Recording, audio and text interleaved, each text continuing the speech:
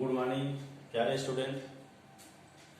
जैसा हमने साल क्वेश्चन सीटेट का पार्ट 1 पार्ट 2 2 दिन पहले वीडियो बनाकर आपको दिए हैं, उसके आगे क्वेश्चन कुछ ऐसे हैं। हालांकि सीटेट में कुछ बड़े क्वेश्चन आते हैं जो कि सॉल्व करना वीडियो बनाना समस्या हो जाती है, समय ज़्यादा लगता है, लेकिन कुछ क्वेश्चन हम ऐसे हैं जो कि आपको बनाकर दे रहे हैं।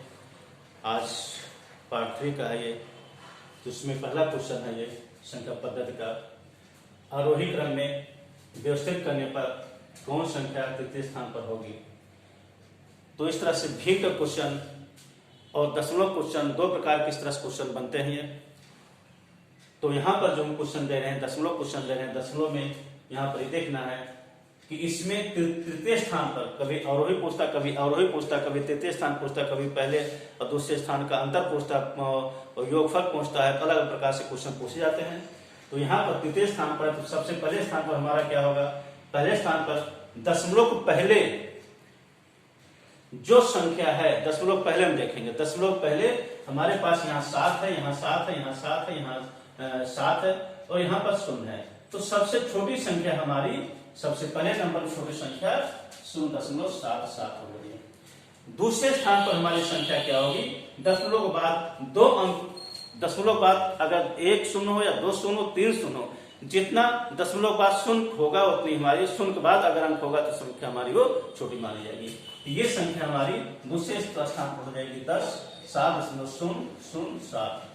तीसरे स्थान पर जो पूछ रहा है, तीसरे स्थान पर संख्या हमारी ये हो जाएगी कि ये संख्या पूछ रहा है ये, तो ये क्यों होगा, क्योंकि दशमलव बाद 1 0 तब 7 है, यहाँ पर दशमलव बाद तुरंत 7 है, यहाँ दशमलव बाद 7 तुरंत है ये, और यहाँ पर दशमलव 7 जरूर था लेकिन उसके पहले 0 था, लेकिन यहाँ पर जो हमारा दशमलव बाद 0 है, इसलिए तीसरे स्थान पर यहाँ पर हमारे 7.07। जो आपका आंसर क्वेश्चन पूछा तृतीय स्थान पर, तृतीय स्थान पर हमारा आंसर ये हो जाएगा। लेकिन अगर वो पूछता अवरोही क्रम में, इसी को आगे हम बढ़ा देते हैं।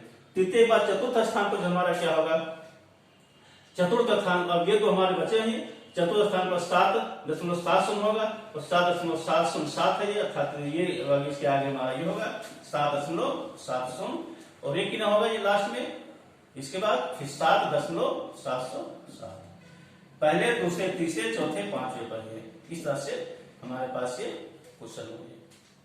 अवरोही लिखने का, अवरोही का लिखा जाएगा सबसे पहले छोटी लिखाई जाएगी, उसके साथ अगर उसमें सिंबल लिखा है, सिंबल इस तरह से होता है। ये छोटे तरफ खुला हो रहता है, छोटे तरफ बंद हो रहता है और बड़े तरफ खुला हो रहता है, क्योंकि छोटे का मुंह अक्सर बंद रहता है, बड़े का मुंह अक्सर खुलता है।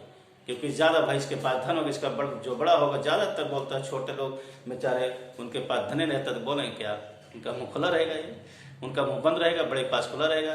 तो इसलिए याद करने का तरीका ये, छोटे की तरफ खुला मुंह, बड़े की तरफ, छोटे की तरफ बंद मुंह, बड़े की तरफ खुला मुंह है।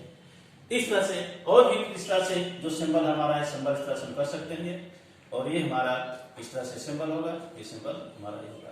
अगर अवरोही कह रहा है तो उल्टा लिखेंगे, पहले इसको लिखेंगे, दूसरे 15 इसको लिखेंगे, तीसरे इसको, चौथे इसको, पांचवें इसको, इस तरह से उल्टा लिख देंगे। तो इस क्वेश्चन तो हमारे तृतीय कह रहा है, तृतीय स्थान पर हमारा आंसर ही तक हो गया, इसको आगे लिखने का आवश्यकता नहीं है। अब अगला क्वेश्चन देखते हैं। अगला क्वेश्चन गुणनफल 2153 घात 167 में इकाई का स्थान क्या होगा। इकाई का क्या होगा, 2153 और ये 167। तो 167 को हम 4 से भाग कर देंगे, 4 चौक 16, ये 7 हो गया, 4 क्रम 4 3 हो गए हमारे पास। यहाँ पर ये कितना हो गया 4, ये अब 3 हम इसको आखिर इसको लिखेंगे। अब यहाँ 4 गुणे 41 और जो शेष आया 3, 4 क्रम 4, 4 चौक 16 और 3, ठीक है ये। अब यहाँ पर हम इस 3 का लास्ट में इसको कर देंगे, 3 × 3 = 27, इकाई के स्थान हमारा 7 ये आंसर आ जाएगा। अगला क्वेश्चन 8 से भाज्य होने वाली संख्या है। 8 से भाज्य होने वाली संख्या है, अर्थात जो संख्या 2 4 से भाज्य होगा वो 8 से भाज्य होगा। तो यहाँ पर हम चाहे 2 4 ले लें, चाहे 8 से डायरेक्ट, और 8 का जो नियम होता है, 8 का नियम होता है डायरेक्ट इकाई और दहाई सैकड़ा, आखिर 3 संख्या अगर 8 से कटती है तो पूरी संख्या वो 8 से कट जाएगी, अगर नहीं कटती तो नहीं कटेगा। ये नियम इसका 8 का होता है। ये तो आखिर इसकी 30 संख्या 2 4 8 से कट जाएगा 24, अर्थात संख्या हमारी 1 हो गई है। दूसरा 220, ये 8 से कटेगा नहीं है। 8 16 6 22, 8 से कटेगा नहीं। फिर ये 128, ये भी 8 से कटेगा। ये 8 के नाम 8 4 12 48, 8 से 48, 5 कट जाएगा। ये भी कटेगा। ये 124, ये लास्ट में नहीं कटेगा। 8 का नाम 8 8 4 12 4 44, नहीं कटेगा। ये अर्थात हमारे पास सिर्फ दो विकल्प 52 और 40, अर्थात यहाँ पर ए उस विकल्प में ए और सी दोनों लिखा होगा। विकल्प में ए सी हमने विकल्प नहीं लिखा है, ये ए और सी 2 विकल्प है, दोनों विकल्प इस तरह से हमारा ये आंसर हो रही है। कभी कभी एक ही पेपर रहता है, लेकिन आगे अगर उसमें विकल्प में अगर एक से अलग 2 दिया है तो एक के नाम भी आओगे, आगे हम पढ़ देखेंगे, क्योंकि एक तो हमारा हो गया। अगर विकल्प में और उसने लिखा है, ए भी लिखा है, बीसी लिखा है, सीडी लिखा है, तो आगे उसको अमूल देखेंगे, वो जो हमारा विकल्प से अगर एसी उसमें विकल्प से तो हमारा एबीसी विकल्प सी हो जाएगा। आयशा के पास अगला क्वेश्चन है जो सरलीकरण का सीटेट 2019 क्वेश्चन आया है। आयशा के पास केवल ₹5 और ₹10 के सिक्के हैं। यदि उसके पास सिक्कों की कुल संख्या 25 और ₹160 का धन है तो उसके पास 5 और 10 रुपए कितने सिक्के हैं। अब यहाँ पर ये सिर्फ हम कुछ नहीं करेंगे, इसको ध्यान देंगे और इसको ध्यान दीजिएगा और विकल्प से क्वेश्चन करेंगे। ये स्वयं मानकर करेंगे तो समीकरण 1 और 2 को हल करेंगे तो समय ज्यादा लगेगा, इसलिए हम सिर्फ इसको हम विकल्प से क्वेश्चन करेंगे। पहला विकल्प हमारे पास 15, अर्थात 15 के 5 और 10 के 10।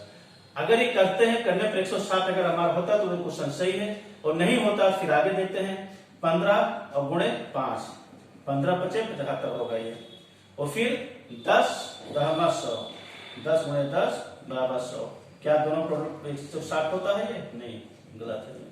दूसरा विकल्प देखते हैं 20 × 5 100 और 5 ये 10 × 5 50, ये भी नहीं होगा। ये 10 × 5 50, ये भी नहीं होगा। ये 18 × 5 90 और ये 10 × 7 70, ये हमारा 160 हो जा रहा है। विकल्प हमारे पास